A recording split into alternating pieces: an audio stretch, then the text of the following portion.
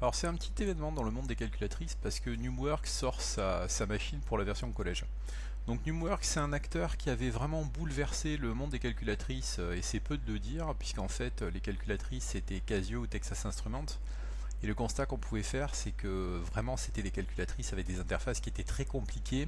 Tous les services étaient payants. Numworks est arrivé avec une calculatrice en couleur, avec une interface très claire, très facile, très accessible.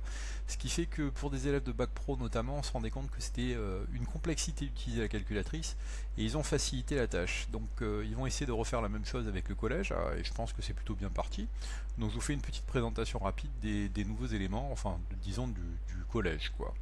Donc ici on voit une interface à peu près classique qui peut faire penser à celle de la Casio avec un menu de base, sauf que là, contrairement à Casio où il y a énormément de choses, des probabilités, de l'algorithmique, etc., eux ils sont limités vraiment à l'essentiel, c'est-à-dire donc le calcul statistique de base, le calcul bien sûr.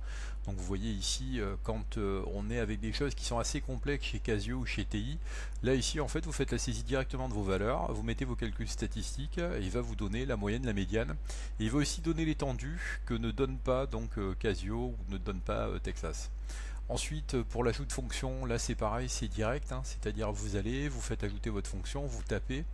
Le tableau de valeur, il est déjà rempli, le font par défaut de 0 à 10, et on voit les trois petits pointillés qui sont ici au-dessus, quoi. Donc en fait, quand on appuie ici, on va retrouver la fameuse plage de données qu'on va retrouver donc dans les calculatrices Casio ou Texas.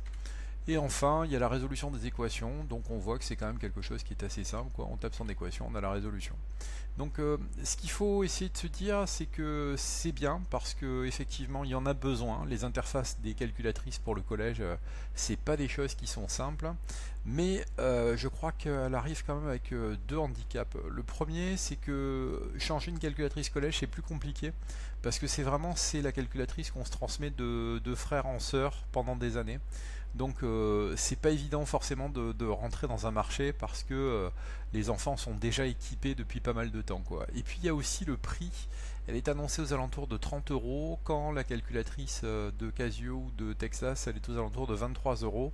Et on sait que pour les familles ça risque de faire une différence, surtout pour un investissement pour le collège. Je trouve que c'est un petit peu cher, quoi.